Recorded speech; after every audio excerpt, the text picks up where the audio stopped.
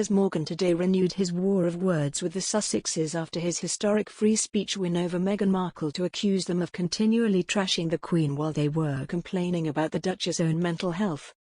The journalist was sensationally cleared by Ofcom, who backed his right to free speech after he said that he didn't believe a word of what Meghan Markle told Oprah and challenged her claims of royal racism and suicidal thoughts.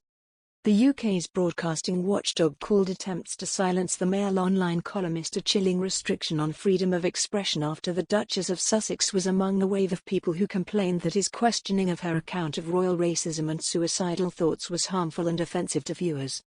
And hitting back this morning, Mr. Morgan tweeted a picture of the Queen at her husband's Windsor funeral and said, "Amid all the debate about Meghan Markle's mental health, has anyone given a thought for what the Queen's had to endure this year as the Sussexes have continually trashed her family and the monarchy while she lost and mourned her beloved husband of 73 years?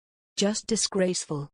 Royal author Omid Scobie, a friend of the Sussexes who co-wrote the controversial Finding Freedom biography, even suggested that Ofcom could have broken the Human Rights Act because Piers was discrediting a person's mental health issues, a claim dismissed by a lawyer specializing in the field.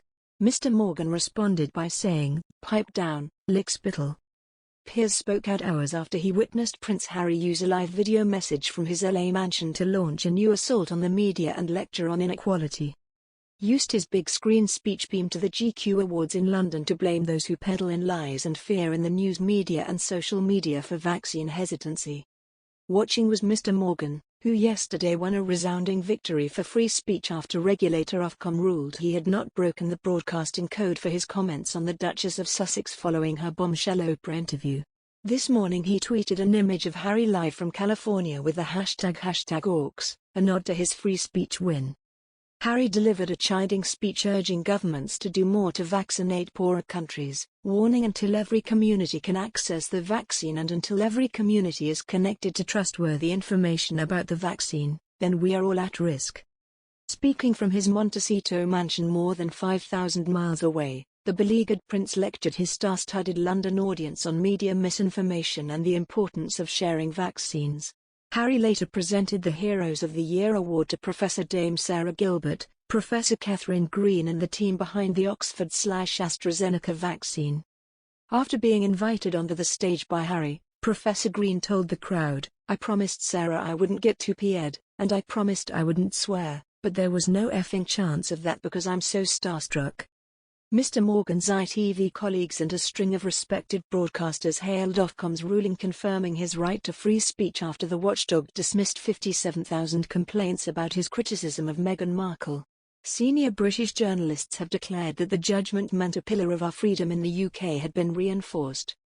The Sussexes did not comment on the judgment, but will have been infuriated by the result given Meghan complained to Ofcom herself and also to Mr. Morgan's boss at ITV, Dame Carolyn McCall. Meghan allegedly implored Dame Carolyn her to censure her critic as they were both women and mothers. But yesterday Omid Scobie suggested that Ofcom could have broken the Human Rights Act by clearing Piers Morgan. Critics accused him of being a mouthpiece for the couple. The watchdog found Good Morning Britain was not in breach of its code after Mr. Morgan said that he didn't believe a word of what Meghan told Oprah Winfrey.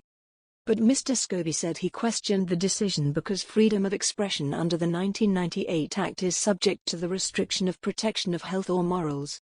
However, a human rights barrister insisted Mr. Morgan is not a public authority, so is not himself bound by the Human Rights Act, and therefore cannot have breached it. Adam Wagner, of Doughty Street Chambers in London, added that Ofcom had not breached its duties under the Act after it gave a detailed and reasoned response. Mr. Morgan himself also weighed in on Mr. Scobie's comments on Twitter this afternoon, telling him, "Pipe down, lickspittle. You just trashed the Queen in your garbage book without a care for the mental health of a 95-year-old woman grieving the loss of her husband." And coincidentally Piers was in the audience at the GQ Awards in London last night where the Duke of Sussex delivered his lecture. Prince Harry told guests, "As people sit in the room with you tonight, more than a third of the global population has received at least one dose of the vaccine. That's more than 5 billion shots given around the world so far. It sounds like a major accomplishment and in many ways it is, but there is a huge disparity between who can and cannot access the vaccine. Less than 2% of people in the developing world have received a single dose at this point. and many of the healthcare workers are still not vaccinated. We cannot move forward together unless we address this imbalance as one. At the same time, families around the world are being overwhelmed by masses of misinformation across news media and social media, where those who peddle in lies and fear are creating vaccine hesitancy, which in turn leads to divided communities and eroding trust.